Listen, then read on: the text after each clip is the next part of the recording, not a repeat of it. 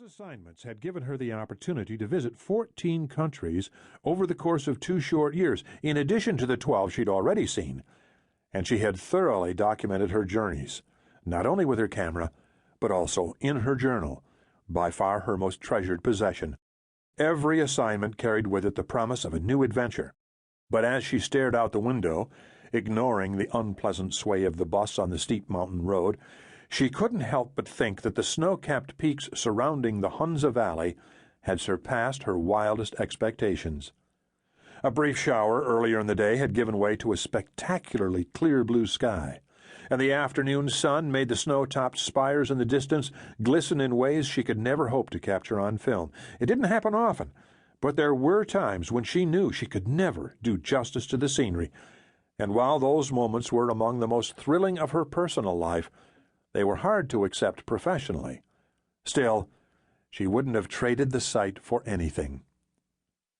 After a while, the bus rocked slightly to the right as it swept around the mountain, and the splendid sight of Tirich Mir, the highest peak in the Hindu Kush range, faded from view as the bus began the long descent into Kunjarab National Park.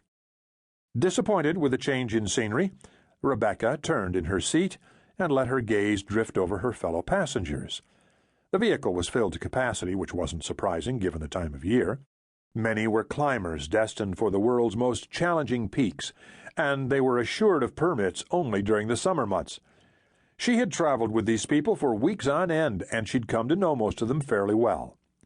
Sitting directly across from her was Benny Abruzzi, the rakish, handsome, long-limbed climber from Brescia.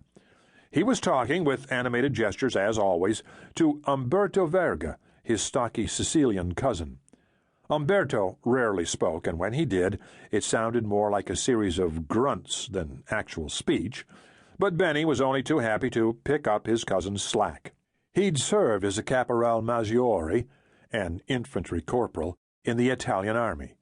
He'd also spent some time in Iraq, a fact he mentioned more times than Rebecca cared to remember. Abruzzi had spent hours bragging about his military exploits, and while Rebecca believed most of his stories, she wasn't impressed in the least. Unsurprisingly, the Italian's gaze was presently fixed on the trio of pretty Norwegian nurses who had joined them in Tashkurgan. That had been 2 hours earlier, and 40 minutes before the bus crossed from China into Pakistan via the Kunjarab Pass, the highest point on the Karakoram Highway.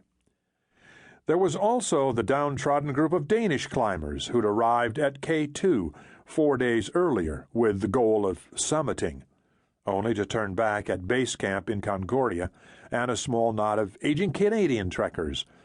There was even a renowned American geologist by the name of Timothy Welch. The professor emeritus from the University of Colorado seemed to spend a great deal of time staring at his hands and muttering under his breath, which Sisnick found both amusing and a little unnerving. Benny managed to catch her eye, but she turned away before he could fix her with his usual lascivious stare.